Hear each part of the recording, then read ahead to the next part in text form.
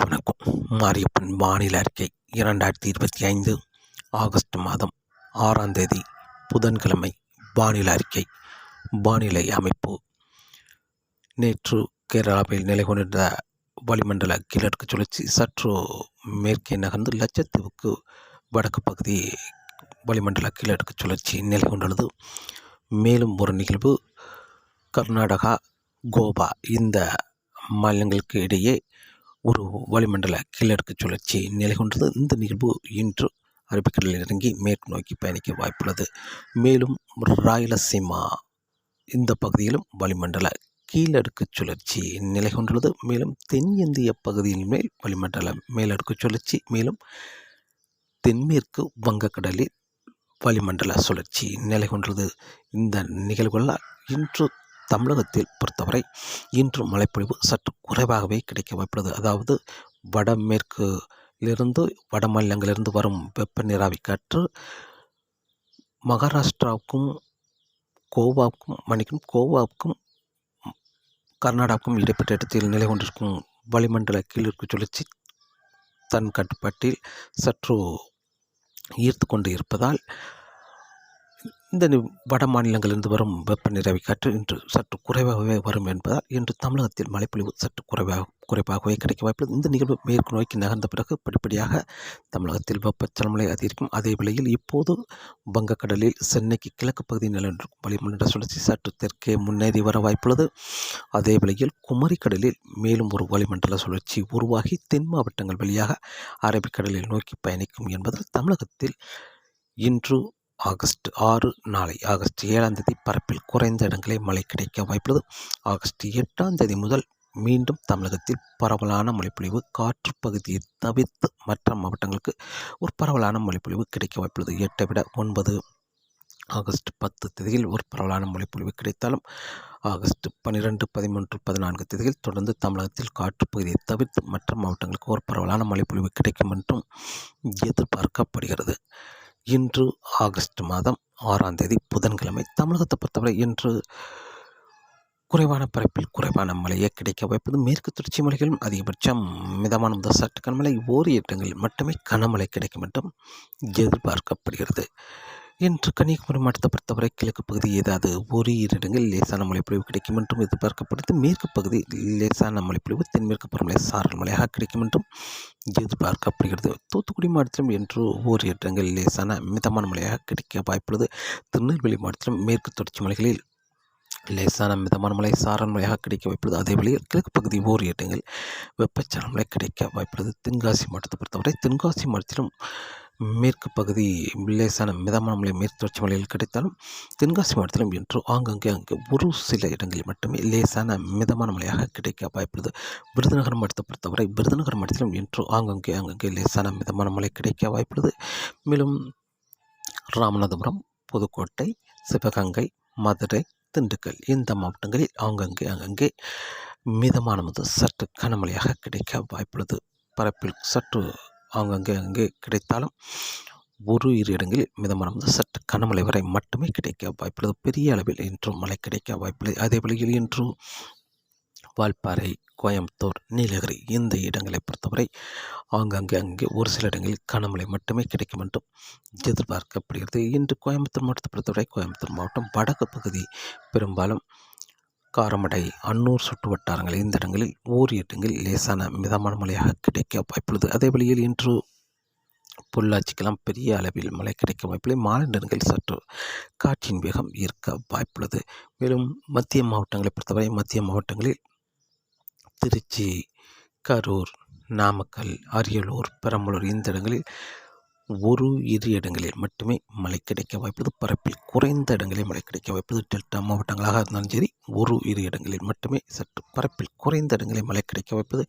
அதே வேளையில் ராணிப்பேட்டை, கள்ளக்குறிச்சி, திருப்பத்தூர், சென்னை, திருவள்ளூர், செங்கல்பட்டு, புதுச்சேரி, கடலூர், காரைக்கால், திருவண்ணாமலை, கும்பகோணம், நெய்வேலி இந்த இடங்களை பொறுத்தவரை ஆங்காங்கே ஒரு சில இடங்களில் பரப்பில் குறைந்த இடங்களே மழை கிடைக்க வாய்ப்புள்ளது. பெரும்பாலும் இன்று சென்னை சுற்றியுள்ள மாவட்டங்களுக்கு மட்டுமே மழை கிடைக்கும் என்றும் எதிர்பார்க்கப்படுகிறது. அதே வழியில் சேலம், தருமபுரி, கிருஷ்ணகிரி, திருப்பூர் இந்த இடங்களில் ஓரிரு இடங்களில் மழை கிடைக்க வாய்ப்புள்ளது. இன்று தமிழகத்தை பொறுத்தவரை குறைவான பரப்பிலே மழை கிடைக்க வாய்ப்புள்ளது. நேற்றை விட இன்று பரப்பில் குறைந்த இடங்களில் மழை கிடைக்க வாய்ப்புள்ளது. ஆகஸ்ட் மாதம் 6ஆம் தேதி புதன்கிழமையை பொறுத்தவரை நாளை ஆகஸ்ட் 7ஆம் தேதி சற்று பரப்பில் கூடுதலான இடங்களில் மழை கிடைக்க வாய்ப்புள்ளது. இன்று ஆங்கங்கே ஓரிரு இடம் என்பது நாளை சற்று ஆங்கங்கே கூடுதலான பரப்பில் மழை கிடைக்க வாய்ப்புள்ளது. அதிலும் அதிகாலை நேரங்களில் நள்ளிரவுக்கு பிறகு கடலோர மாவட்டங்கள் அதனை ஒட்டியுள்ள உள் மாவட்டங்களுக்கு கூடுதலான பரப்பில் மழை கிடைக்கும் என்றும் எதிர்பார்க்கப்படுகிறது. அதே வேளையில் கர்நாடக எல்லையோர மாவட்டங்களுக்கும் ஆங்கங்கே மழை கிடைக்க வாய்ப்புள்ளது.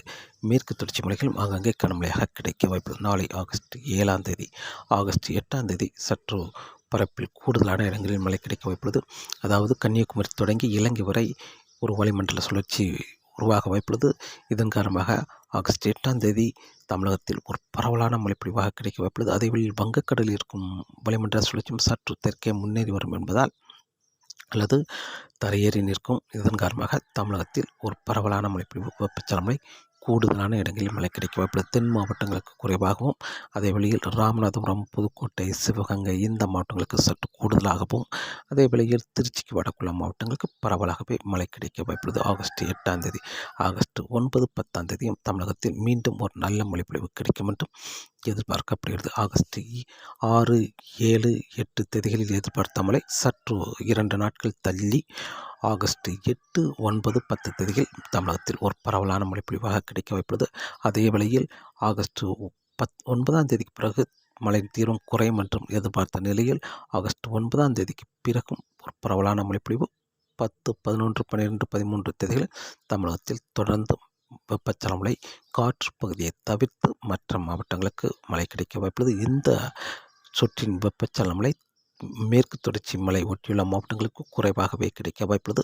ஆனால் கர்நாடக எல்லையோர மாவட்டங்கள், சென்னை சுற்றியுள்ள மாவட்டங்கள், மத்திய மாவட்டங்கள், டெல்டா மாவட்டங்கள், மேலும் தென் மாவட்டங்கள் உள்பகுதி இந்த இடங்களுக்கெல்லாம் பரவலாக கிடைக்க வாய்ப்புள்ளது. இந்த சுற்றின் வெப்பச்சலன மழை மேற்கு தொடர்ச்சி மலை ஒட்டியுள்ள மாவட்டங்களுக்கு குறைவாக கிடைக்க வாய்ப்புள்ளது. அதே வேளையில் ஆகஸ்ட் 12, 13, 14, 15ஆம் தேதி 16ஆம் தேதி வரை ஒரு பரவலான மழைப்பொழிவு காற்று பகுதியை தவிர்த்து வெப்பச்சலன மழை கிடைத்தாலும் மேற்கு தொடர்ச்சி மலைகளில் தென்மேற்கு பருவமழை படிப்படியாக சீராக தொடர வாய்ப்புள்ளது. வரும் நாட்கள் இப்போது வங்கக்கடலில் இருக்கும் வளிமண்டல சுழற்சி மேற்கு நோக்கி பயணித்த பிறகு மீண்டும் வளிமண்டல சுழற்சி ஒடிசாவுக்கு வர இருக்கிறது. அடுத்தடுத்த வளிமண்டல சுழற்சி ஒடிசாவில் சற்று ஆகஸ்ட் 13ஆம் தேதிக்கு பிறகு சற்று தீவிரமடைய வாய்ப்புள்ளது. ஆகஸ்ட் 15, 16 தேதிகளில் ஒரு காற்றழுத்த தாழ்வு பகுதி வரை தீவிரமடைந்து ஆந்திராவில் வடக்கு பகுதி தரையேறி மேற்கு நோக்கி பயணிக்க வாய்ப்புள்ளது. இதன் காரணமாக தென்மேற்கு பருவமழை ஆகஸ்ட் 13ஆம் தேதியிலிருந்து படிப்படியாக சீராக தொடர்ந்தாலும் ஆகஸ்ட் 15ஆம் தேதி பிறகு சற்று தீவிரமடையும் என்றும் எதிர்பார்க்கப்படுகிறது. கணவாய் பகுதிகளுக்கு லேசான சாரல் மழை கொடுக்கும் அளவுக்கு தீவிரமடைய வாய்ப்புள்ளது. அதேவேளை தமிழகத்தில் வெப்பச்சலன மழை ஆகஸ்ட் 16ஆம் தேதிக்கு பிறகு சற்று தீவிரம் குறையும் என்றும் எதிர்பார்க்கப்படுகிறது.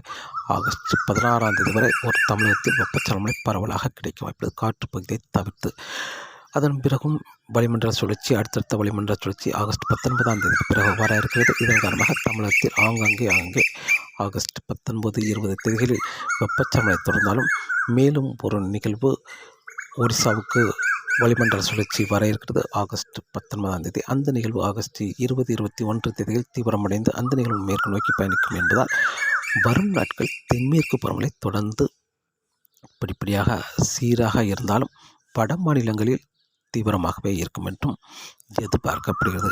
தமிழகத்தை பொறுத்தவரை வெப்பச்சலன மழை இப்போது ஆகஸ்ட் 6, 7 தேதிகளில் மட்டுமே சற்று பரப்பில் குறைந்த இடங்களில் மழை கிடைத்தாலும் ஆகஸ்ட் 8ஆம் தேதி முதல் மீண்டும் தமிழகத்தில் பரவலான வெப்பச்சலன மழை காற்று பகுதியை தவிர்த்து மற்ற மாவட்டங்களுக்கு கிடைக்கும் என்றும் எதிர்பார்க்கப்படுகிறது. ஆகஸ்ட் 16ஆம் தேதி வரை தமிழகத்தில் பரவலான வெப்பச்சலன மழை கிடைக்கும் என்றும் எதிர்பார்க்கப்படுகிறது.